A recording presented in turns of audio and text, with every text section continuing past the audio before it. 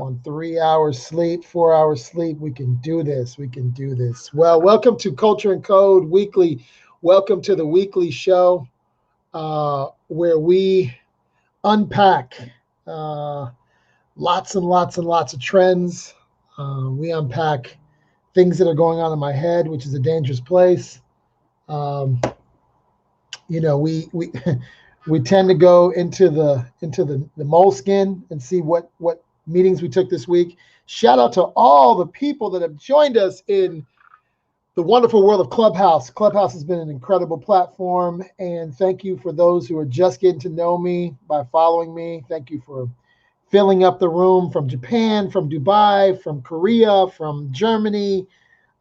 This is going to be great. You're going to want to come back. We do this every week. Come on through. Thank you to my folks in Twitch that are watching. I see you guys. You've been loyal all through 2020. You were loyal. Oh, Lord, you were loyal. Really, really thankful for the folks who have been watching me on Twitch for the last year. Love being committed to something that I actually wake up and actually think about, and really, really appreciate just all the support. Speaking of support, so the Authenticated is a community of founders and investors and creatives, and we are former NFL players, we are current venture capitalists, we are a princess, we are a rapper, we are all the things in our community. We are about 350 people, and I built the community about 4 years ago to bring together a diverse group of folks, diverse in terms of ethnicity, diverse in terms of industry, age. It kind of is a reflection of the career that I had. My career started in the record business. I grew up in Silicon Valley, so I certainly had a lot of exposure to technology. I wrote code in 8th grade and went to high school across the street from Stanford. And, I had this incredible career and wanted to figure out how I could take my network and take the folks that I'm connected to. And also at the same time, I was moving to Los Angeles to start a early stage fund, seed stage fund, and wanted to build a network that I could bring opportunities to. And so we did that about 4 years ago. Started a tour called Culture and Code, name of this show. And Culture and Code was an opportunity for me to go into great American cities that were not Palo Alto, were not Austin, Texas, were not the cities that we normally call tech centers or entrepreneurial centers, and to go into cities that I thought were incredible. After living in Atlanta for 15 years, I, not being from Atlanta, not being from the South, I found incredible opportunities, people, founders, and capital in places like Birmingham and Nashville, and so I just thought that we should celebrate other cities. So we did that. So we brought investors, we brought founders. We went into cities like Detroit, creating incredible dinners with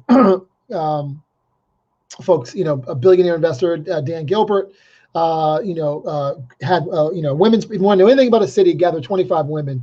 So we gathered 25 women in every city, and I would just sit back and listen to women who were building businesses in these incredible cities. And then we went to the hood, grabbed all my fancy friends. Folks would fly in for this Culture and Code. We would go to communities probably most people, wouldn't go to, but I have no problem going to because these are my people. And I wanted to bring people who probably didn't grow up in those communities to understand what a city looked like from the perspective of a 7th and 8th grader. And so we did that. We did that. And then we would end that trip. It was usually like a 72-hour trip. Oh my goodness. Was I having a whole conversation with myself? Jeez. Okay, this is crazy. I got to start from the top. Oh my God. Oh my God, it's a good thing. Okay, let me start from the top. I did a whole thing. Welcome to Culture and Code. Welcome to Culture and Code Weekly, the weekly show. Shout out to my folks in Twitch who have been watching the entire year. Thank you so much. I'm doing this thing where I'm simulcasting both on Clubhouse and Twitch at the same time. And thank you to my friend Leo, who just let me know that for the last 5 minutes, everything I just said to you in Twitch was not being picked up in Clubhouse. So welcome to Clubhouse. Welcome to the folks who I know are following me from Japan, from Korea, from Germany, from Dubai. I see my folks in the UAE here. And welcome to the Authenticated. I started the Authenticated probably about 4 years ago, as an extension of the work that I was doing here in Los Angeles, at the intersection of venture capital and brand and culture. And really, I started the Authenticated because I wanted to bring together my network. Sorry, folks in Twitch, you're going to have to hear this one more again. I really felt at that point in my career, 4 years ago, that my network was my net worth. And for me, that meant bringing together incredible folks who I knew could help each other. I think one of the tenets and principles of the Authenticated is this idea of give, get. What can you give the community and what can you get back from the community, in that order. I had been in a couple of business deals that went sour, if you would, from folks I thought were folks that would be givers, and they were more takers. So it was sort of out of some pain. It was sort of at a moment when I looked at my career and looked at the opportunity that I could build if I just brought and connected folks together. And so that was the spirit of the Authenticated. We had a tour called Culture and Code, which is what this weekly show is called. And that tour essentially went into cities that were not, Palo Alto, not Austin, Texas, not some of the centers and cities that are traditionally and typically known for their entrepreneurial spirit and their technology centers. I grew up in Palo Alto, California, so I'm no stranger to Silicon Valley. Went to high school across from Stanford. And, I always found that living in Atlanta for 15 years, that whenever someone said that we're the Palo Alto of the South, I often said, well, how come Atlanta just can't be the Atlanta of the Atlanta, right? And so decided when I moved to LA to take on this early stage fund with a then partner that I had, that we would go out into markets that were off the grid. And so we would go into cities, 72-hour tour, bring venture capitalists, bring founders, bring creatives. Our network is, again, our network is the venture capitalist who's investing in early stage companies. Our network is the NFL player who wants to figure out how to grow his portfolio. It's the rapper that wants to connect with brands in a more meaningful way and do better deals. It's the princess. It's the politician. We are literally diverse across a number of sectors. One is ethnicity. I am unashamedly Black. Shout out to my Black History Month celebrators out there. That should be all of you. I am unashamedly a believer that diverse tables are better tables, and bringing together a diverse table is a superpower for me. I do that around the world. I thought it'd be interesting to bring together a diverse group. And diversity in industry. Sometimes when we think about entrepreneurship, we omit and we forget the contributions of artists, and in particular in hip hop. And my career started off in hip hop in the 90s. I am a veteran of the record business in the 90s, and always found that working in the music business, that the artists that I work with, Lauryn Hill, Maxwell, Fugees, Nas, Destiny's Child, I could go on. I always felt like they were like entrepreneurs, but we never called them entrepreneurs. Well, now, of course, Beyonce was in Destiny's Child.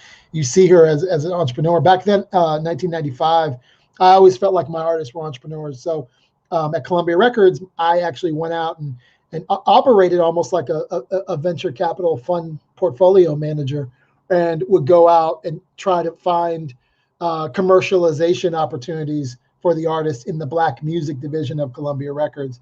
And so I very much am a believer of this idea of the diversity of entrepreneurs. Went to the advertising business. So I have I spent about 12 years in the advertising business, both working for global companies like Omnicom, and then building my own agency on the heels of a guy named Barack Obama, who was running for office. I thought what he was doing was kind of interesting, leveraging Facebook for micro donations. And I ended up building my own social media agency in the wonderful, beautiful city of Atlanta, Georgia, which gave me this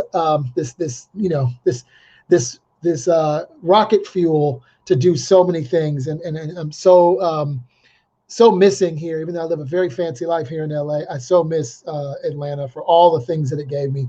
I still make calls in Atlanta and still like to make sure things are happening there. So anyway, so that's essentially that's the spirit of the Authenticated. We joined Clubhouse. For you listening to me on Clubhouse, I'm doing a multicasting thing here. We joined Clubhouse in May, and we're going to get into that because I want to address today one of the things is this article that came out in the LA Times about what's due to Black folks on for driving this platform. I want to talk about that. But we came on here in May, and in May, it was a very different place around here, and I had really been building ultimately kind of my own Clubhouse before Clubhouse. So we were producing Jeffersonian dinners from March on. As soon as the pandemic hit, I have a background in digital. I understand how things work. I've been live streaming since 2010. I actually went to the DNC with Hill Harper when Obama was nominated, and we live streamed on a platform called Ustream. But I've certainly been streaming for a long time, live streaming for a long time. And so, yeah, I did, what any entrepreneur or what any hustler would do. I just flipped on my cam, and what I really am at my core is a community builder. And so I brought together the Authenticated in Jeffersonian dinners. I'm a big fan. I do these dinners, these Jeffersonian dinners, and I have been doing them for a while. Fun fact, I actually served on a board, University of Miami, and the guy who invented the Jeffersonian dinner was on my board. So every board meeting was in this sort of Jeffersonian fashion, and we would do a Jeffersonian dinner. So anyway, I would do these Jeffersonian dinners and thought that I could translate that to well, I hate Zoom, but I was using a platform called Whereby, which is a Norwegian product. So I was no stranger to gathering people in rooms, gathering folks that didn't know each other, looking for the value and looking to be a connector. If there's a line in Hamilton that says, I want to be in the room where things happen, I want to make the rooms where things happen. And I was doing that. So I was doing that March, April, May. Andreessen folks called me, and shout out to the folks at Andreessen, Nate Jones, and asked me to come on the platform and bring some of my famous friends. And so I did that. And unashamedly brought folks who I thought could add value, and didn't have any equity in this platform, and still don't, by the way. And decided at that point that I would continue to bring people on. And so we did that. And at the same time, our community grew. We grew deeper. I wouldn't say we grew like in numbers because we were locked into a cohort. So we were in a sort of thing called batch zero.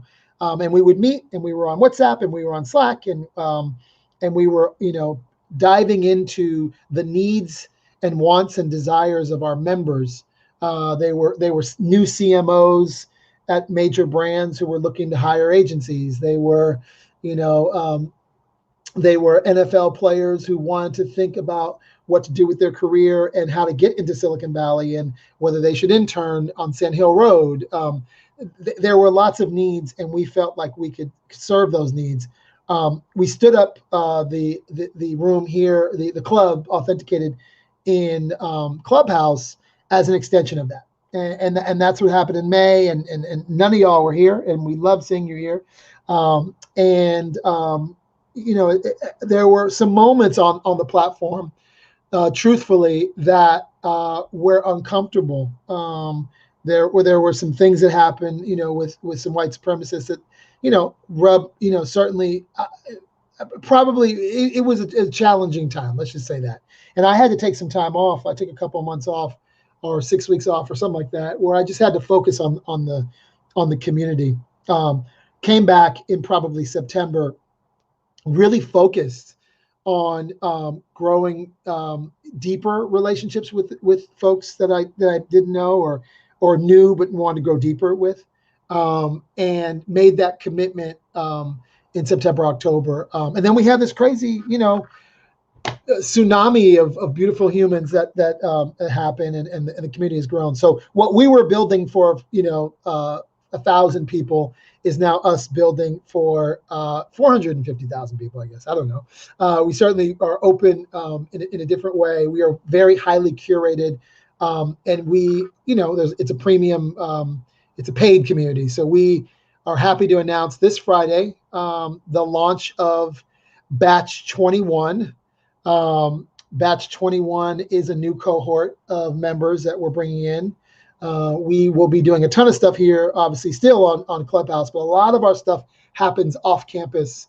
And we are also building sort of a collective of what we think are some of the best, independent entrepreneurs who work in sort of service industries that we believe we can support.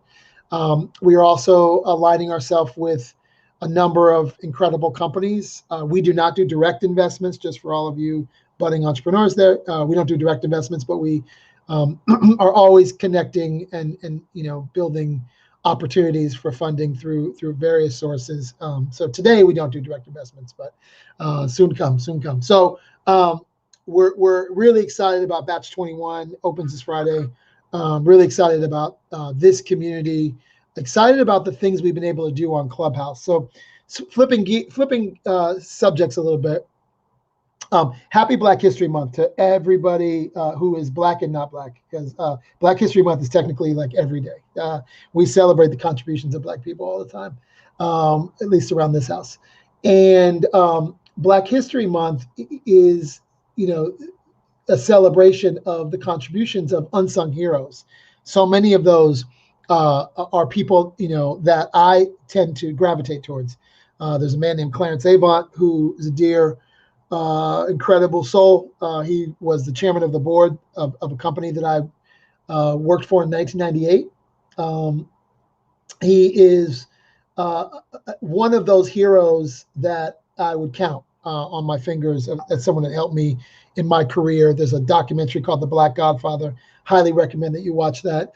I grew up in sort of the belly of celebrity. My best friend's mother is a singer named Dionne Warwick. For some of you who are young, you may not know that person, but she had a niece named Whitney Houston, and Dionne's son, David, is one of my best friends. And actually, so I grew up knowing Mr. Avant, and he certainly supported me. And no one ever knew who Clarence Avant was. I would tell these stories about Clarence Avant, and people would be like, what the hell does it even sound right? This Black man came from North Carolina and came to Hollywood and started managing white talent, and then became one of the biggest political fundraisers in Hollywood, and then was best friends with Quincy. I mean, it was just crazy. And I, relish those heroes. Have another mentor in Atlanta named Mac Wilburn, who owns a number of fast food restaurants, but also an incredible leader in the community of Atlanta. And so yeah, it's an honor to stand on the wings of Black history makers who may not be the ones that you know. And that's the beautiful thing about the Black community, is we are filled with so many heroes and so many individuals that it's 1 month, but for me, it's an entire life of celebrating Blackness. I certainly stand on the shoulders of Oakland, California, and the Bay Area, and movements like the Black Panther Party. My mother was in and around the environment of the Black Panther Party. I got to experience, a couple times the free Huey breakfast program. So there's so many elements of the Black story that I am so proud to be celebrating this month, and really proud to always honor and cherish and protect the contributions of Black folks. And I am well aware that there is a discussion in the ethos, certainly in the zeitgeist, about the contributions of Black people on this platform. The platform, for those of you who watch me on Twitch that I'm talking about, is Clubhouse. It's been talked about, $1 billion valuation. And yes, indeed, many of the folks that I brought onto this platform early were force multipliers, meaning that they brought on other people who were all very influential. And I do believe that this platform doesn't become what it becomes without the contributions of Black folks. Master P, and there's been an LA Times article, I can't remember the quotes, I don't really want to go back and read it, but it was like, we deserve a piece of the $1 billion valuation. I don't know if I totally agree with that. And if anybody probably had some sort of say, I guess, early on, and you know, I made a commitment just like everybody else did to build a beachhead here, to build real estate here, and that commitment, you know, we're figuring out how to build our business on top of the real estate that we're building here, and so my opinion is, you know, a lot of people. There was a quote in this movie Miami Nights that I was watching the other day with I can't remember the cast, but it was everybody wants a piece of the pie. I want the recipe, and that's kind of how I feel. I actually am here for the recipes. So my conversations about, you know, building businesses in the UAE, or understanding Japan and Tokyo, or you know, what needs are out there that we can serve with our investor network, or, you know, how do we support, you know, young executives in corporations? How do we navigate, you know, the political climate? You know, those are all things that I've taken away from being on Clubhouse, and I'm very much aware of like how the game is played, and what cap tables look like, and I certainly desire what I call cap table congruency from cap tables. I mean, from companies like Clubhouse. My hopes is that when we look at their cap table, that it reflects the community. So I don't want you to think that I certainly don't. And I've been saying this. If you guys have been following me for a while, this is a conversation I've been having in IG Live and in my community. I certainly think that there's cap table incongruency in a lot of businesses. There's cap table incongruency in the NBA.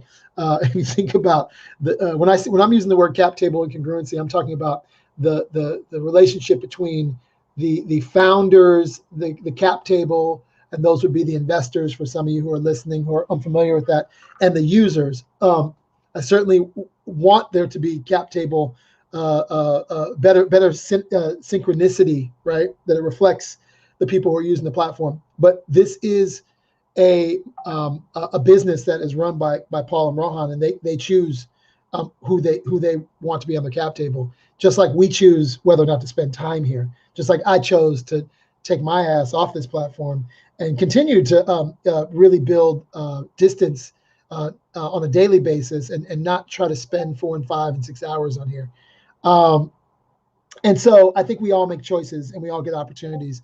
And, you know, we're building a business. We're clear and very transparent about the business that we're building, and how Clubhouse is a part of that real estate. But, you know, if they want to put us on the cap table, great. I don't think that the statements and the article was written well. The one about Black people and creatives. I don't think that Master P, whose work and entrepreneurship I highly value and respect, I don't think his comments were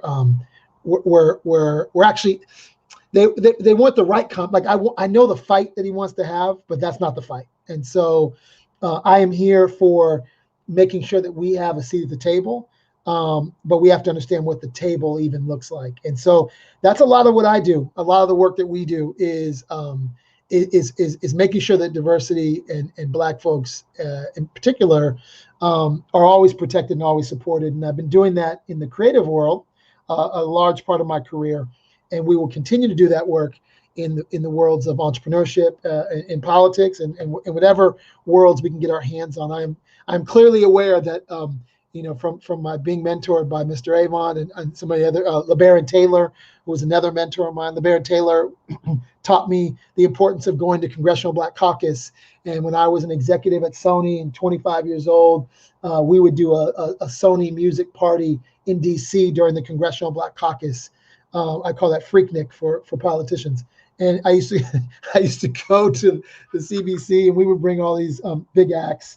And I met so many incredible people there, and you know, through LeBaron Taylor, God rest his soul, and you know, I learned a lot about the power of politics. And then moving to Atlanta, you know, a city that is unashamedly Black, with a Black mayor and Black power, I learned a lot about the power of understanding politics, understanding the political process, becoming you know, partners with your politicians, if you would. And Atlanta certainly gave me a blueprint for understanding that. And speaking of politicians, we have really I can't tell you who. Anyway, I have a former mayor, who's coming on Clubhouse in 3 weeks. Let's just call it part of Black History Month, and we're really excited about some things there. But so that's my hot take on the conversation around Black folks. We are creatives. We are visionaries. I travel the world. I've been so fortunate to take Culture and Code and authenticate it, and the members that we're connected to places like Jerusalem and Tel Aviv, and to Stockholm and Dubai, Abu Dhabi, Doha, and the one thing about being Black outside of America is sometimes I feel like I'm like a Backstreet Boy. It's crazy. We are so beloved in certain places as Black Americans. I want to put a fine point on that, because I know that my Black experience as a Black American is not the same Black experience. And so I do understand, because I've spent so much time outside of America, that the power of Black American culture is certainly a superpower outside of America. And I feel like sometimes as Black Americans, we, especially if we haven't traveled, we don't appreciate that. And I am really thankful that I was able to wield some power. I brought Usher to Stockholm, and we were there for this conference that we used to attend called Brilliant Minds, started by Daniel Ek. And I would do this thing where I would kind of do a little mission, right? Because the way that I travel, like the world, is somewhat different in that, like, I want to see my people. So in Rio, I'm looking for the favela. I'm hanging out with my people in Rio. In Stockholm, no different. While we were being entertained at fancy castles and hanging out with royals and palaces, I wanted to make sure that we connected with the Somalis in the no-go zone. And so we did it through Quincy Jones III, who's a friend of ours. We took, we all went to Rinkeby in Stockholm. And that was when I realized it was so crazy, because we went to Rinkeby, and Rinkeby is, it's a place where it's a lot of Somalis. There was some drama going on the night before. There was a shooting or something that happened, and we just rolled up. We rolled up on Rinkeby, and because we wanted to see our people. We wanted to see, and we didn't have we just wanted to hang out, and it was great. And and I'll never forget, like, walking through the streets of Stockholm, and then it was in the paper, like, Usher visits Rinkeby, and then people were literally like, nobody ever comes like to visit here. And we're like, no, this is what we do. You know what I mean? We're Black. We move around. We want to see people that look like us, and we want to connect with people. And it just made me realize the power of Black American, obviously, celebrity at that time. They weren't chasing me through Rinkeby, but the fact that we showed up, and literally people would come up to us during that trip during the week and told us how big that was. And there's still people that tell us, I can't believe you brought Usher to Rinkeby. So I believe as Black Americans that we have a superpower. This month is about celebrating that superpower, celebrating the contributions, celebrating what we've done for this country. And yes, just like Clubhouse would not be worth $1 billion if it wasn't for the contributions of Black folks, neither would this country. And we have a long way to go. And we had 2 pandemics last year. One, COVID, and the other was this fight for police brutality and injustice. And the fight wasn't just about George Floyd's death, and that was terrible. The fight was the fight that we've been having for a really long time. And as a Black man who lived in LA in the 90s and was pulled over just being Black in LA. You know what I'm saying? It wasn't even, like, getting jacked by the police is not a new phenomenon, folks. Hope you folks don't realize it. But being a Black young man in LA in the 90s, it was common. You know what I mean? I'm just a UCLA student, like, living in a community. And that was common. And Oakland too. Oakland police were horrible, notorious. The fight and also goes on in corporations, in VC firms, in the discrepancy in funding that we see, the difference in funding in what we see. So the fight is ongoing. The fight does not let up. The fight continues in so many arenas. Healthcare, which is another space that I think is overlooked. How we deal with mental health in this country is a fight that I think about often as a caretaker of someone with mental health challenges. So it's a fight that is certainly ongoing, and it's a fight that I wear, and I wear because I wear this blackness. And this country is look, it's been a tough few years. I am excited for the new administration, President Biden and Vice President Harris. Shout out to my elementary school, Thousand Oaks Elementary in Berkeley, California, of which I realized I was in elementary school with Kamala at the same time. She didn't know me, by the way. But we have hope, and we have a moment, and we have a moment to seize, and we have an opportunity as Black Americans to really pull our power together. And so that's a lot of what I'm about, and that's a lot of what I do. This show is a weekly show where we look at some of the trends, some of the things that I am excited about. So let me pull out my moleskin and see if I can find.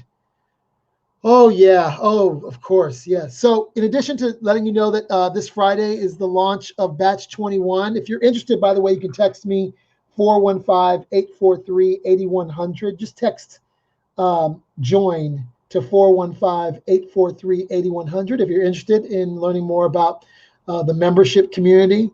Would love to have you. If you're living outside of America, just email or DM me. I'm easy to find. Like, if you can't find me, you're not really working hard enough. But we're launching a new cohort. We have a level for anybody, basically. If you are thinking about starting a business, if you're around the edges of starting a business, you have a concept, maybe you started a business and didn't work out, you're a new executive at a company and you want to learn how to navigate. You are an athlete and you feel like your manager or your business manager doesn't get the right deals. Those are the kinds of opportunities that we look for. At the next level, we have folks who have raised capital, seed, Series A, and you are looking to find a team. You're looking to find maybe some strategic investors to round out, the end of your round. We're doing that right now for somebody. You are, and the next level is you've crushed it, you've made it, you want to give back. We're here for that.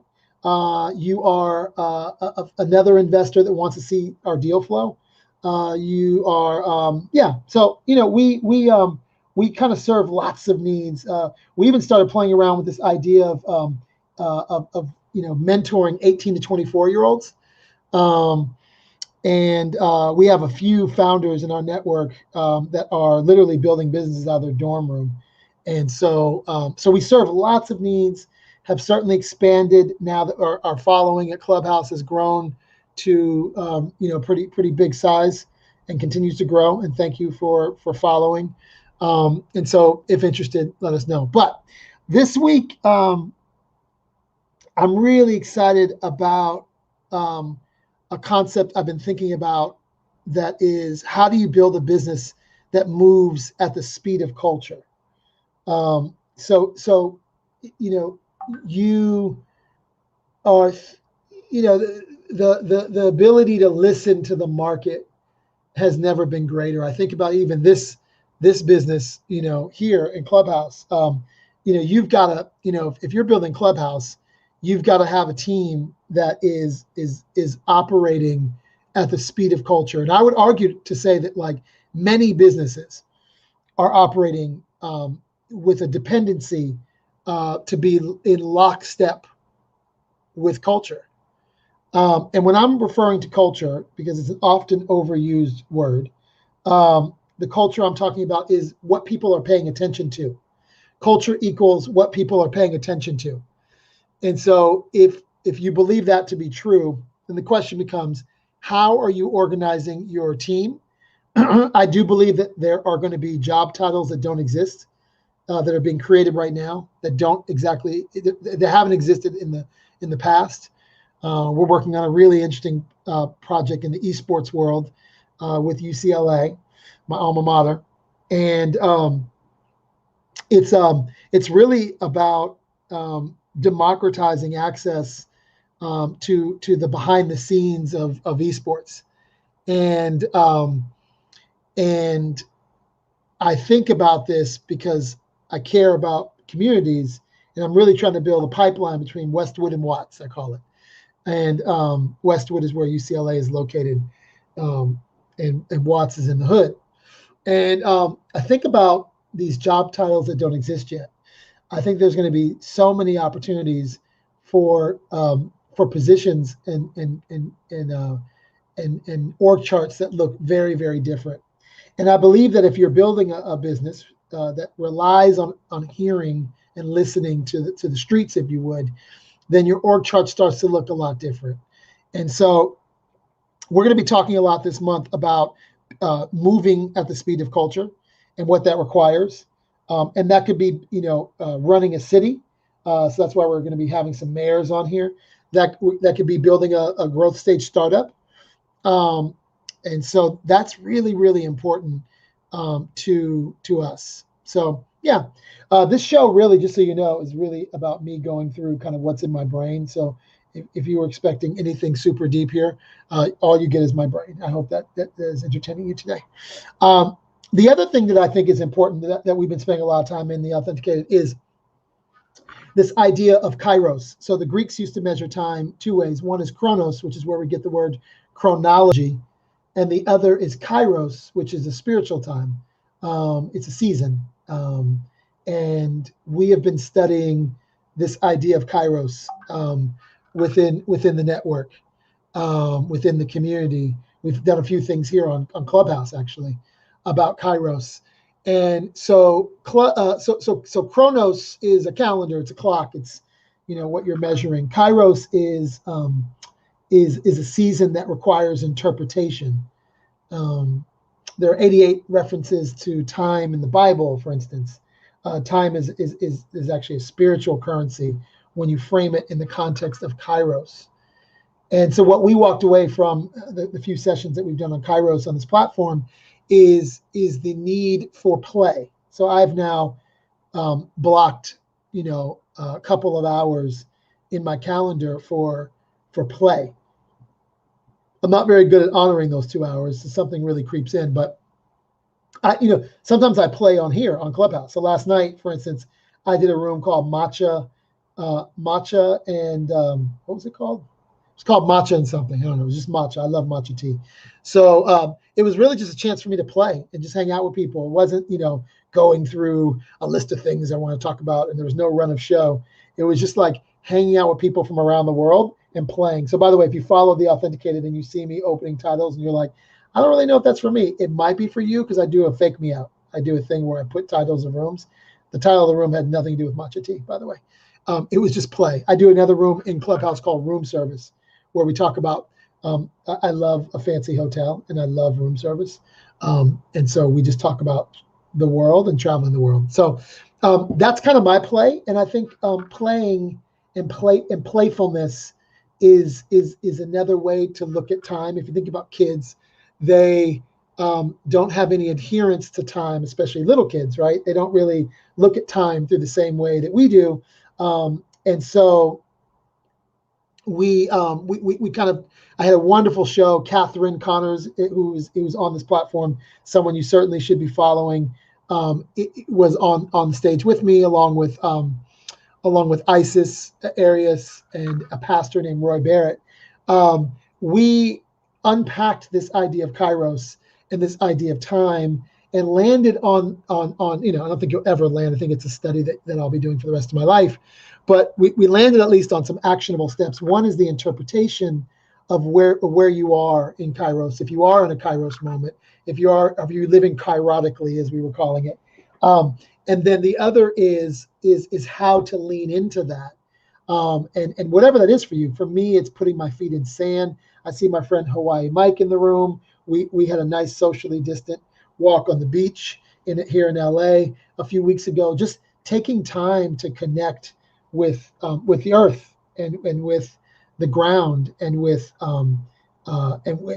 your essence of who you are, and I do that on a regular basis, because I recognize that last year when we all were burying people on Zoom, and we were our day, the course of our day and our schedule changed. I'm someone who used to live up until March 13th, 2020.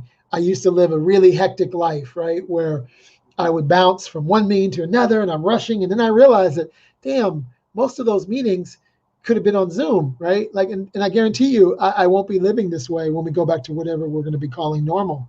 And so I've been in my own reflection of time. I even reimagined January 1st. And instead of that being my New Year's Day, I made February 1st my New Year's Day. And I used January for planning cycle. And I'm so glad that we did that.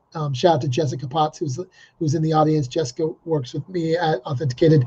And, we just got really clear in January on what we were doing with the business and what we were doing with investments. And honestly, I mean, we, for you manifestors and law of attraction folks out there and whatever the things you call it, we literally, I don't know what to call it, but we were writing things on whiteboards, and things were just happening, and people were emerging, and opportunities were surfacing. And I do believe it's because we were resting in our Kairos. We were resting in this new sense of time, and this new idea that that we could sort of stop and hear, and feel, and play with the 24 hours in a day differently. So hopefully that was for somebody that was or is currently feeling rushed. I've been working for 25 years and have had probably the hectic careers a lot of you have had.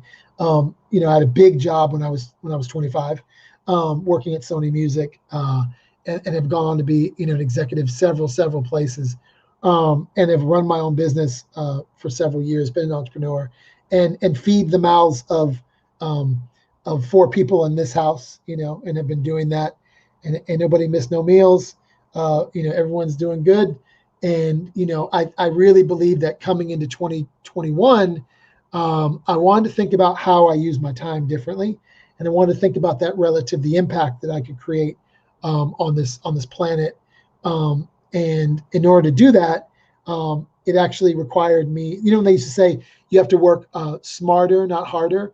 I think working smarter is resting in Kairos and resting in a new way to look at time.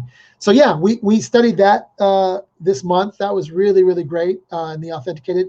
And for you Authenticated members who are listening, we're going to be doing more of this. It will not end. It's not just a January, February thing for me. This is a commitment to reimagine time through a different lens. And we're totally committed to that. And the other thing we're committed to is I wrote down paying attention to culture and her signals. We are certainly in a new age, the age of the Aquarius. We're certainly in we're in all kinds of newness. And I do believe that the power of intuition is held by women. Women, if you look at the Bible, they describe intuition, it's described as she and her. And so I think about paying attention to culture and her signals in new ways. And really, because we have this global community at the Authenticated, I'm able to see and hear and feel things around the world differently. It's an unfair advantage to be connected to so many incredible people around the world, with building the businesses you love, building the products you love, the movements and institutions you love, and working in the organizations and creating the impact that we want. So yeah, those are kind of the things that are on my to-do list. I don't know. This show, really, thank you to my folks watching me on Twitch. You guys have been super loyal. Shout out to my folks in Facebook. Shout out to my folks in LinkedIn. We are going to be moving parts of the show around. If you're a member, there are benefits. There's certainly things we're going to be doing for members. So this is going to change. This is almost a little bit of a goodbye of sorts on some level, and a hello to those who have joined us in the Authenticated. Again, if you're interested, 415-843-8100 for you Merkins. Text join. We'd love to have you. You can DM me if you're outside of America.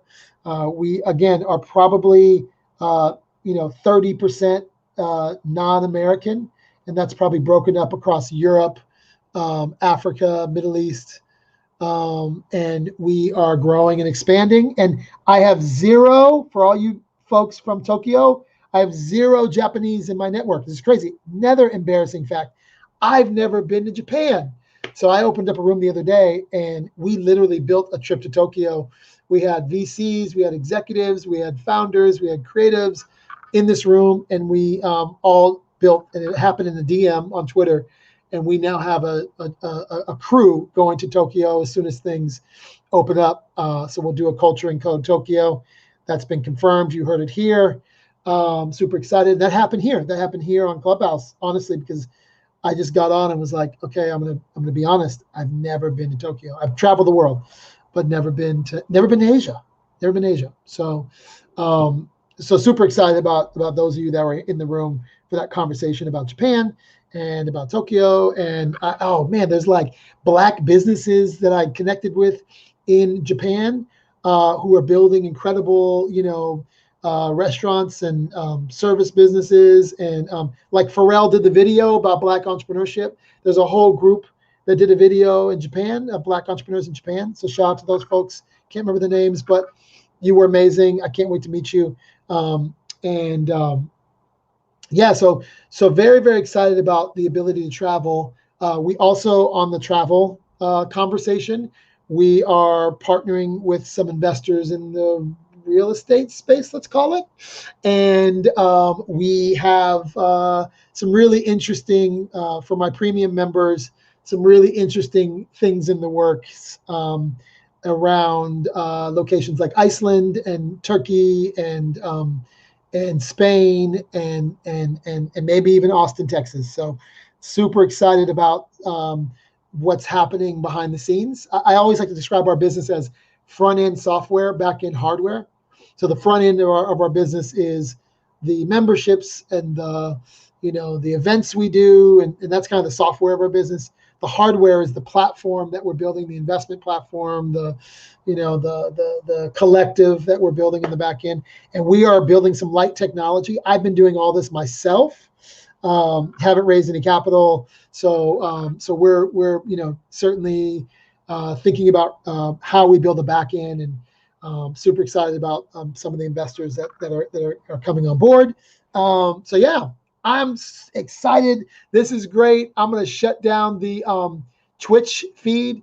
Thank you, Twitch. You guys have been hella cool. Love getting to know you. Thank you, Instagram. Thank you, LinkedIn, all the places I've been broadcasting. I'm going to